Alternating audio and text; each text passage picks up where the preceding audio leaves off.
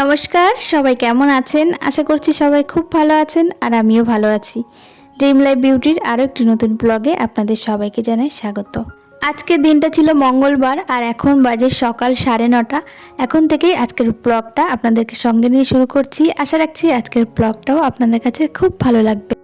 ঘুম থেকে উঠে বাসি যা কাজকর্ম থাকে সেগুলো কমপ্লিট করে সোজা রান্নাঘরে এসেছি। রান্নাঘরে সবার চা খাওয়া হয়ে গেছে আর চা খাওয়ার পর একেবারে সকালের বলুন বা দুপুরের বলুন রান্না শুরু করে দিয়েছি। আজকে সকালের খাবারটা স্কিপ করব, তো সেই জন্য একেবারে দুপুরের রান্নাই শুরু করে দিয়েছি বলতে পারেন। 12টার দিকে সোনার বাবার কাজ আছে, তো একবারে খেয়ে কাজে বেরোবে, তো সেই জন্য তরকারিটা বসিয়ে দিয়েছি। আর মাছ যেহেতু আগের দিন কেটে বেছে ধুয়ে একেবারে ফ্রিজে ছিল, তো সেহেতু আজকে আর মাছ বাজার থেকে আনার বা কাটার প্রয়োজন পড়েনি। তো একেবারে বাছা কোটা ছিল, আর মাছ বাছা কোটা থাকলে রান্না করতে কিন্তু খুব সুবিধা হয়। নাহলে অন্যদিন মাছ আনলে সেই মাছ কাটতে বাছতে অনেকটা সময় লাগে, তারপর তো রান্না বলুন। তো আজকে তো সেই ঝামেলাটা নেই, তো সেই জন্য খুব তাড়াতাড়ি সকালে রান্না বান্নাটা শুরু করে দিয়েছি। অন্যদিন সকালবেলা আমাদের বাড়িতে ভাত বা রুটি বা সকালের জন্য ডাল, আলু ভাজা এসবই হয়, মাছের তরকারি হয় না। কিন্তু আজকে সকালবেলাতে মাছের তরকারি রান্না করছি বলে আমার একটু কেমন কেমনই লাগছে।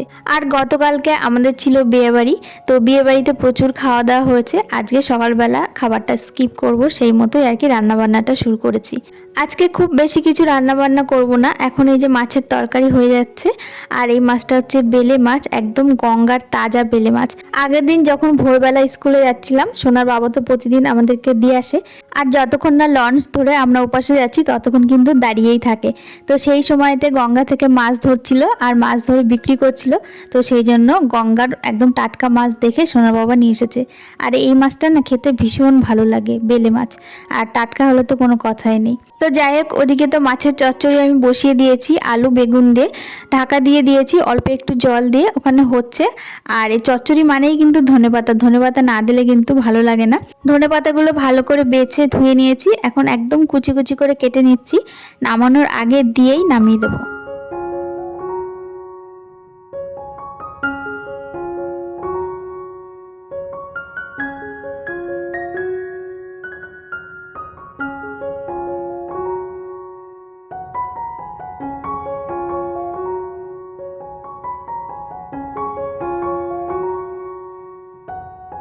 মাছের তরকারির দিকে আমার প্রায় হয়ে এসেছে, লাস্টে ধনেপাতা আর জিরে ধনে বাটা দিয়েছি, তো সেটা একটু তরকারির সঙ্গে ভালো করে মিশিয়ে নিচ্ছি।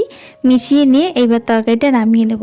আমাদের বাড়িতে চচ্চড়ি বা এইসব মাছের তরকারিতে না একদম ঝোল রাখে না, একদম শুকনো শুকনো করে গামাখা করে রান্না করে। তো আমিও সেভাবেই করেছি।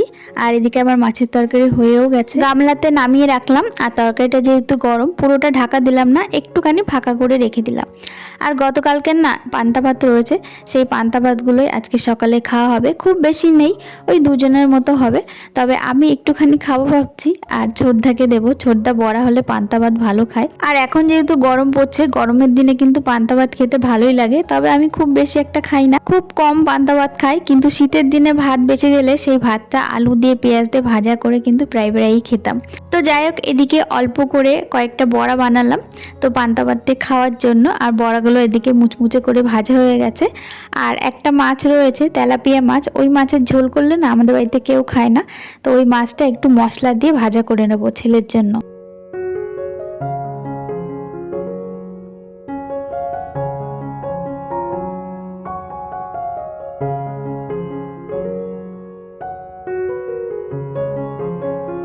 সকালের খাওয়া দাওয়া টুকটাক সবারই হয়ে গেছে, কেউ খেয়েছে কেউ খায়নি, কেউ আবার একটু একটু করে পান্তা ভাত খেয়েছে। তো যাই হোক, খাওয়া দাওয়া করে আবার চলে আসলাম রান্নাঘরে। এখন রান্নাটা একটু পরেই করব। আর আজকে করব মোচা। তো মোচাটা আগে না বেছে নিয়েছি, আর বেছে এখন কেটে জলের মধ্যে ভিজিয়ে রাখবো। তার কারণ মোচা থেকে কিন্তু কষ বের হয়, আর একটুখানি না ভিজলে না কষটা ঠিক মতো বের হয় না।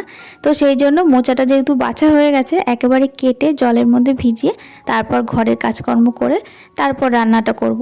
যতক্ষণ ঘরের কাজকর্মগুলো করব ততক্ষণে মোচাটা আমার খুব ভালো করে ভিজে যাবে আর কষটা উঠে যাবে, তো তারপরে রান্নাবান্নাটা শুরু করব।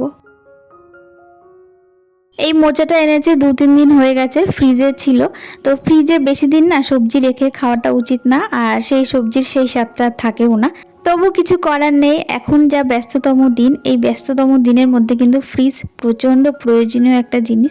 ফ্রিজের মধ্যে এখন সবজিপাতি সব এনে গুছিয়ে রাখতেই হয়, না হলে কিন্তু খুব সমস্যা হয়ে যায়। তো আমাদের বাড়িতে তো এত বছর পরে এই 2-3 মাস হলো ফ্রিজটা আনা হয়েছে। তো এতদিন কিন্তু আমাদের বাড়িতে ফ্রিজ ছিল না, ইচ্ছে করেই কিনিনি। তার একটাই কারণ, ফ্রিজে সবজিপাতি স্টোর করে খাওয়াটা ভীষণ অস্বাস্থ্যকর। তবুও এখন কিচ্ছু করার নেই, এটাই খেতে হবে। তো যাই হোক, এদিকে দেখুন ঘরে চলে আসলাম, মোচাটা কেটে একদম জলে ভিজিয়ে রেখেছি। একটুখানি কষ উঠলে তারপর রান্নাটা করব। ঘরে এসেছি, ঘরের বিছানা গোছানো হয়নি, ছেলে তো দেরি করে ঘুম থেকে উঠেছে। তো ও ঘুম থেকে উঠলো, তারপর ওকে খাওয়ানো হলো, তারপরে এই যে ঘরের বিছানাটা এখন আমি গুছিয়ে নিচ্ছি। আর আমাদের এই পাশে একটা নিম গাছ আছে, এত পাতাগুলো উড়ে উড়ে জানলার মধ্যে আসে, মানে প্রতিদিন জানলাটা ঝাড় না দিলে সেই জানলাটা নোংরাই হয়ে যায়। তো যাই হোক, ঘরের জানলাগুলো ভালো করে খুলে জানলাগুলো ঝাড় দিয়ে পরিষ্কার করে নিলাম। আর এখন বিছানাটা সুন্দর করে গুছিয়ে নিচ্ছি।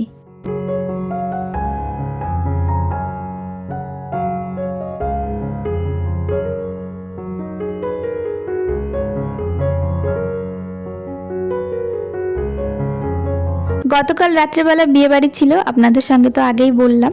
আর বিয়েবাড়িতে এই শাড়িটাই পরে গিয়েছিলাম। তো শাড়িটা খুলে তো সেই রাত্রেবেলা এলোমেলো করে রেখেই দিয়েছি।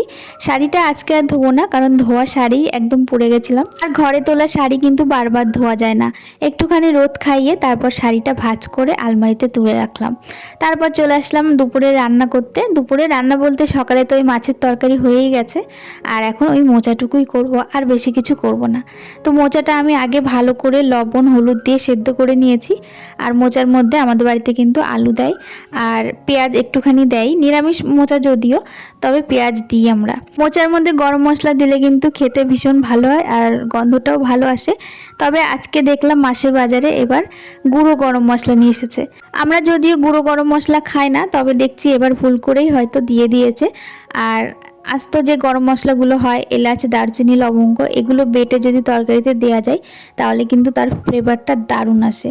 তবে এই যে শাহি গরম মশলাটা নিয়ে এসেছে সানরাইজের, এটার গন্ধটাও দেখছি বেশ ভালো। তো এদিকে মোচা আমার প্রায় হয়ে এসেছে। মোচা সেদ্ধ করে নেওয়ার পরে না খুব একটা বেশি টাইম লাগে না, কড়াইতে দেওয়ার সাথে সাথেই বলতে পারেন হয়ে যায়। তো এদিকে দেখুন মোচা তো প্রায় হয়ে এসেছে। এর মধ্যে দিয়ে দিলাম গরম মশলা, একটু জিরে ধনে বাটা, আর তার সঙ্গে খানিকটা চিনি। মোচা জিনিসটা নিরামিষ, একটু মিষ্টি মিষ্টি ভালো লাগে। তো দিয়ে নাড়িয়ে চাড়িয়ে এবার নামিয়ে নেব।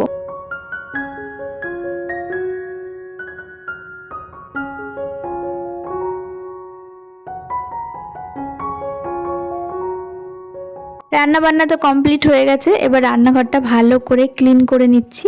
গ্যাসটা ক্লিন করে নিলেই আমার রান্নাঘর একদম পরিষ্কার পরিচ্ছন্ন হয়ে যাবে। তারপর যাব স্নান করতে, তারপর খাওয়া দাওয়া।